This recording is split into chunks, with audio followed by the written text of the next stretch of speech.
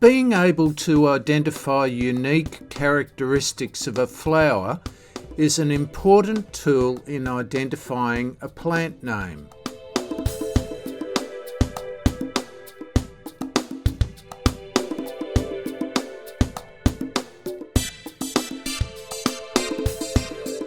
Flowers are made up of several standard parts. These include male parts, female parts, and other non-sexual parts. The male parts produce pollen, which makes its way to the female parts. At that point, fertilization occurs.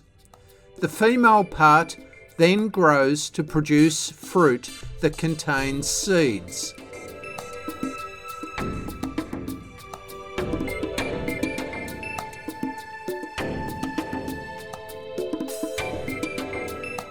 The non-sexual parts, that is, the petals and the sepals, surround and enclose the male and female parts.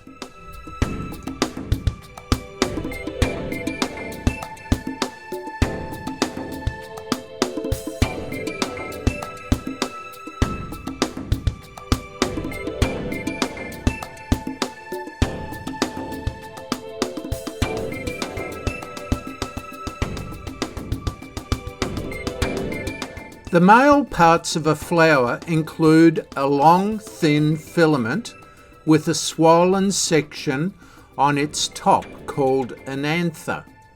The anther produces pollen, which is the equivalent of male sperm in an animal. Together, the filament and the anther are called a stamen.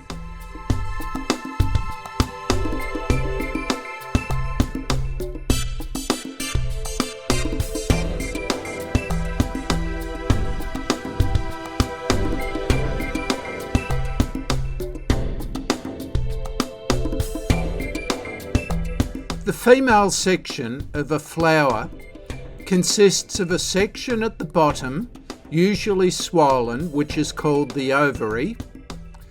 Connected to that is a stalk which extends up from that ovary. This is called a style. At the top of the style is a section which is called a stigma. Together, the ovary, style, and stigma are called a pistil. Look at the centre of the illustrated Myrtaceae flowers and see the pistil. Some people get the stigma and stamen mixed up. A simple way of remembering which is which is to remember that the pollen sticks or stigs to the stigma.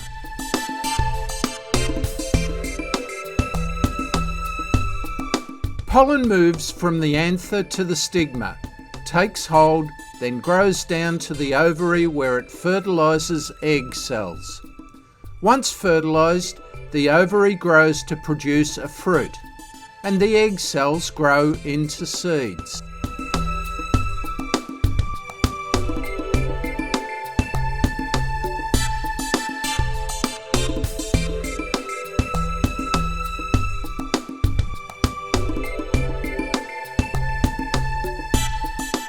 Flowers are attached to plants by long or short stems. These are usually elongated, leafless structures. Each individual flower typically begins as a flower bud, enclosed by sepals. Inside the sepals are the petals. Inside the petals are the pistil and stamens.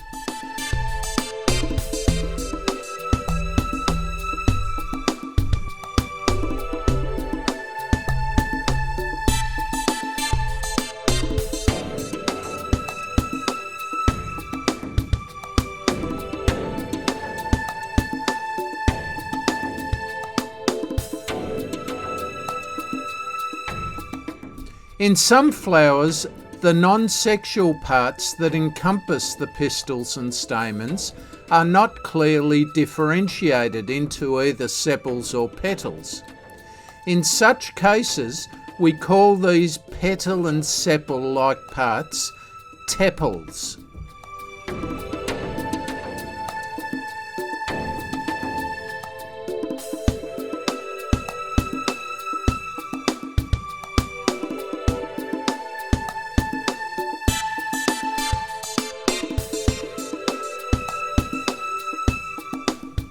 We refer to all of the flower's petals together as being the corolla. All of the sepals together are called the calyx. Combined, the calyx and the corolla are called the perianth. The perianth can be extremely variable in lots of different ways, and we have many different botanical terms that can be used to describe the varying arrangements of petals and sepals.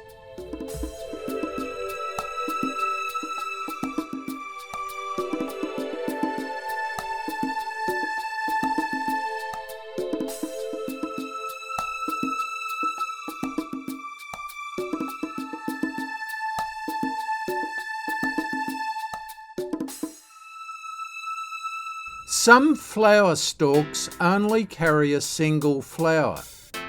Others branch into several flower-bearing stalks or stems.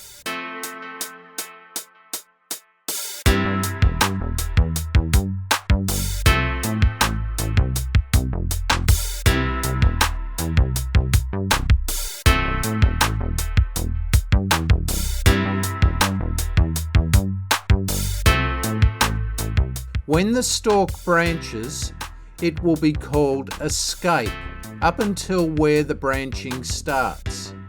After that, the multiple flower-bearing stalks are called peduncles.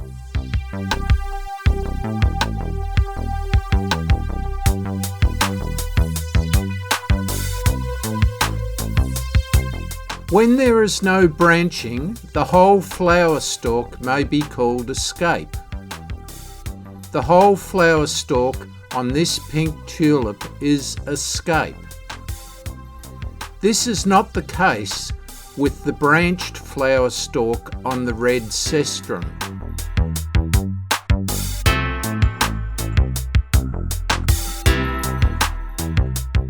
Parts of a flower may vary in many different ways from one plant species to another. The number of petals, for instance, can be a simple indicator of what plant family you're looking at. Some plants have both male and female parts in the same flower, others don't. Look for differences in the perianth, leaf stalks, stamens and pistils in terms of number, size, shape, texture, colour, arrangement, and relationships or positioning relative to other parts. The positioning of an ovary in a flower can be an indicator of what plant you're looking at. Ovaries can be positioned either above or below the base of the petals, or in some cases, part above and part below. When positioning above, we call this a superior ovary, and if positioned below, it's an inferior ovary.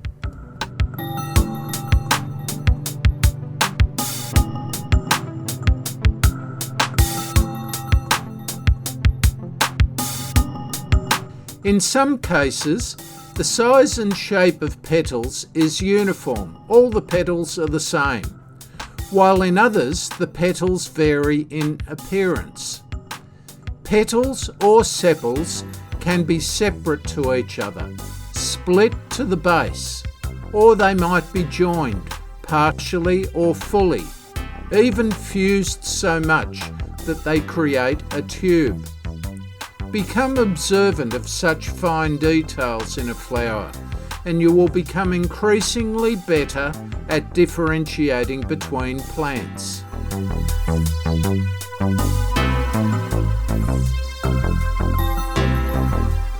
A foundation for identifying plants is to learn the floral characteristics of different important plant families.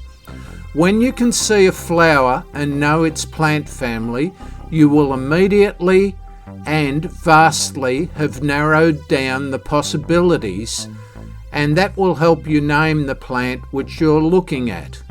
The orchid family, for instance, has 3 petals and 3 sepals, and the lower petal is modified into a lip or sort of cupped shape. Sepals can often be as colourful in orchids as petals, making them appear like petals.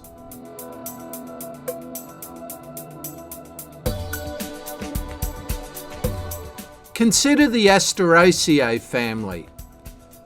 It has typical daisy-like flower heads. The common name for this family is the daisy family. It includes, of course, all sorts of daisies, but calendulas, dahlias, sunflowers, chrysanthemum, even lettuce is in the daisy family.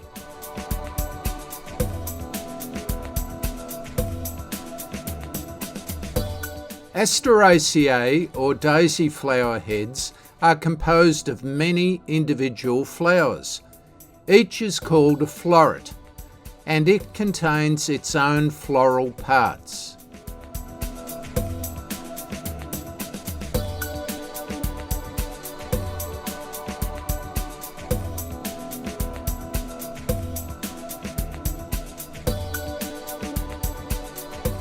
There are 2 different types of florets in the Asteraceae family.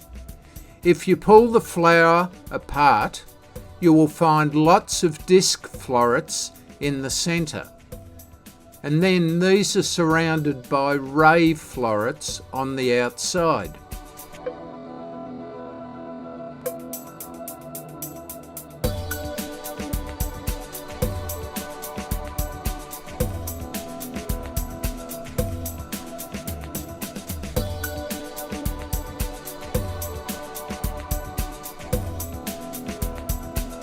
Other plant families have florets as well, but different florets. The Poaceae, or grass family, also has lots of tiny florets making up a flower head.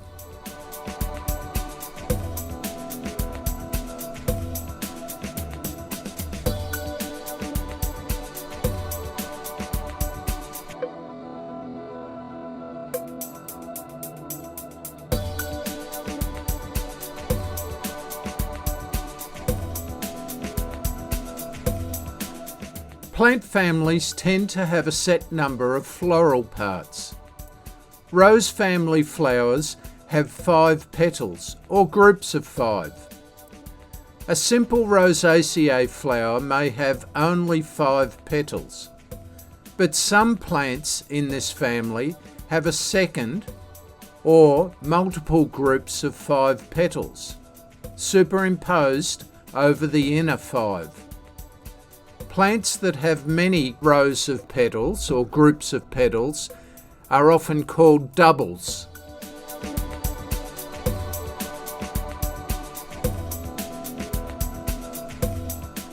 Sometimes there are big differences between the flowers of plants in a group below the family level. In the legumes, which all have pods as fruits, there are 3 subfamilies, and each of those subfamilies have very different types of flowers. One of the subfamilies, the Papilionoideae, has very distinct flowers with 5 petals, like roses have 5, but 3 different shaped petals, so they're quite different to roses.